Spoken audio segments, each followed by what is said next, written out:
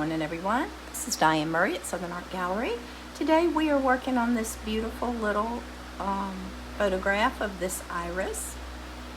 On an earlier video, I showed how to achieve this mottled background. I chose that instead of the black, just to do something different. Now we're going to lay in the masking fluid. And I wanted to show you how to do this, mostly for my beginning students because they really struggle with masking fluid. I don't routinely use brushes to apply masking fluid.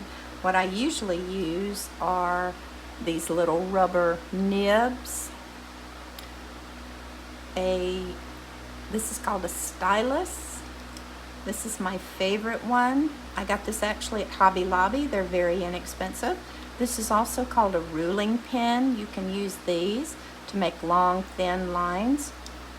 And if you do use a brush, this is what it ends up looking like. They will say that you can scrub it, soap in there, and the masking fluid will come right out, but it's not been my experience.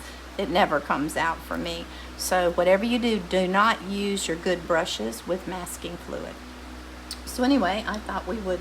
This is another one that I use. It's just a little rubber nib. They're called color shapers.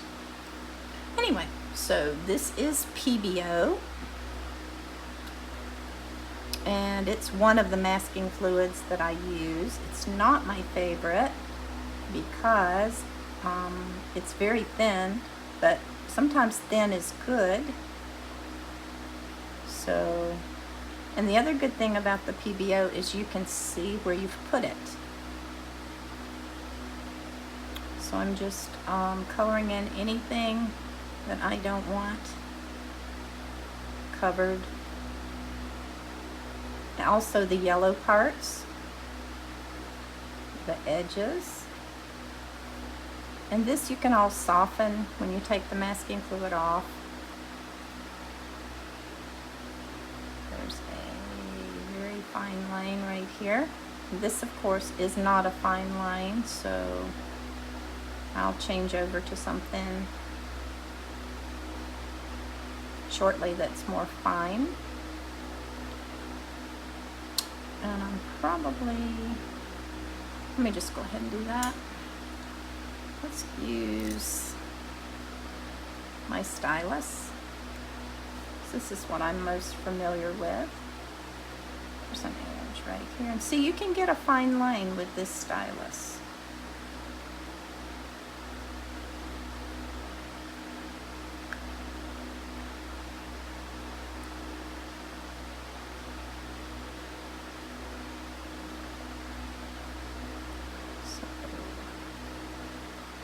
We'll just color in all these areas. I didn't draw all these in, but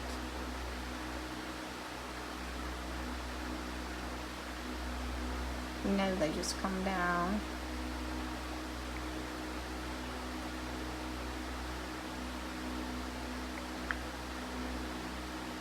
So this is how I do it.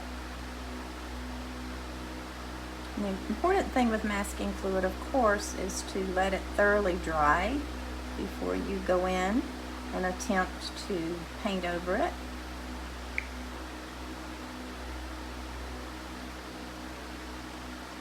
I'm going to go ahead and put this in right here.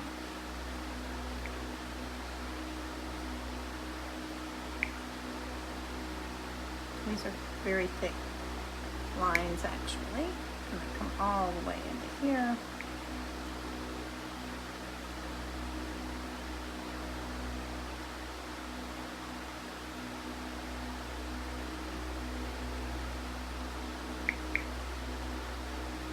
So I just work my way around any place that I think there needs to be a highlight saved.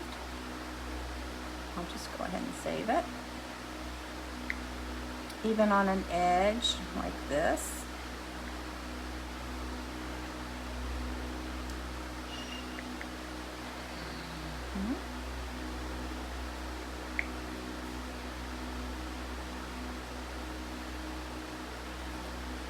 On the ribs here. on highlights here. And there's some areas in here. Just fill that in. And this is basically how I do it. There's nothing really magical about it. You're just drawing with the stylus.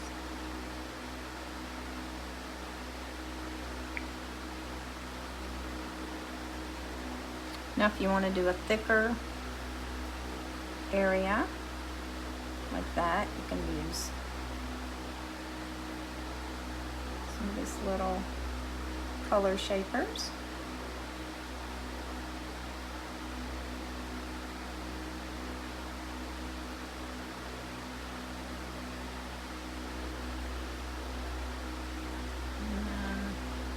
Follow where you see the whites, and this takes concentration.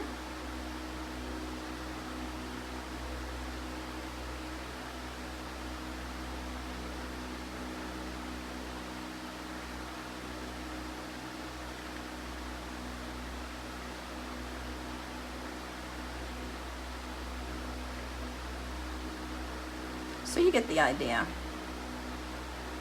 It's basically just going through here and mapping out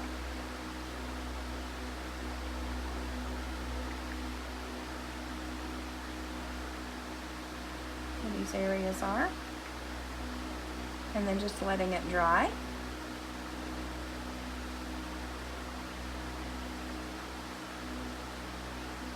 Saving the white of the paper.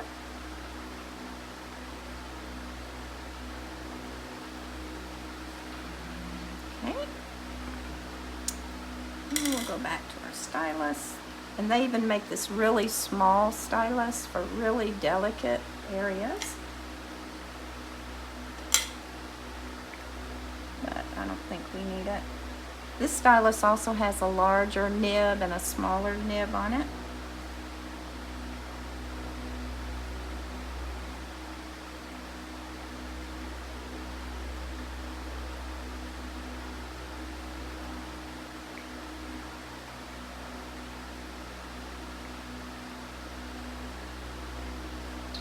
Realize that that needs to be colored in.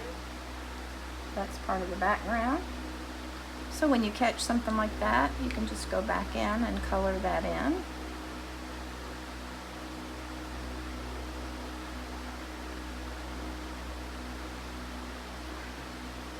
And a pretty little edge here.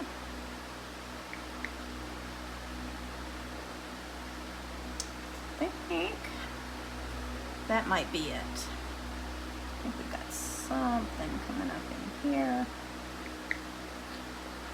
right above this shape here, also over here. And if you do mask something that really doesn't need to be masked, it's no big deal. Whenever you just remove the masking fluid, you can just paint right back over it. That's the great thing about this. I'm just making some random marks, just saving these highlights.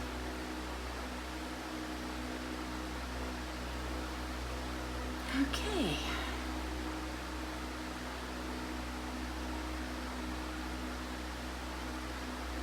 I think that's good. So there you have it. We'll let this dry. And when you're finished with the masking fluid, you can just pour it right back into the bottle. And by the way, I never use it straight out of the bottle or the cap, because if you do, you'll just contaminate your masking fluid and it will dry out and form hard things that look like that. So you really don't want that. So you need to minimize how much your masking fluid actually contacts air. And there you have it. Hope you found this helpful, and we will see you soon.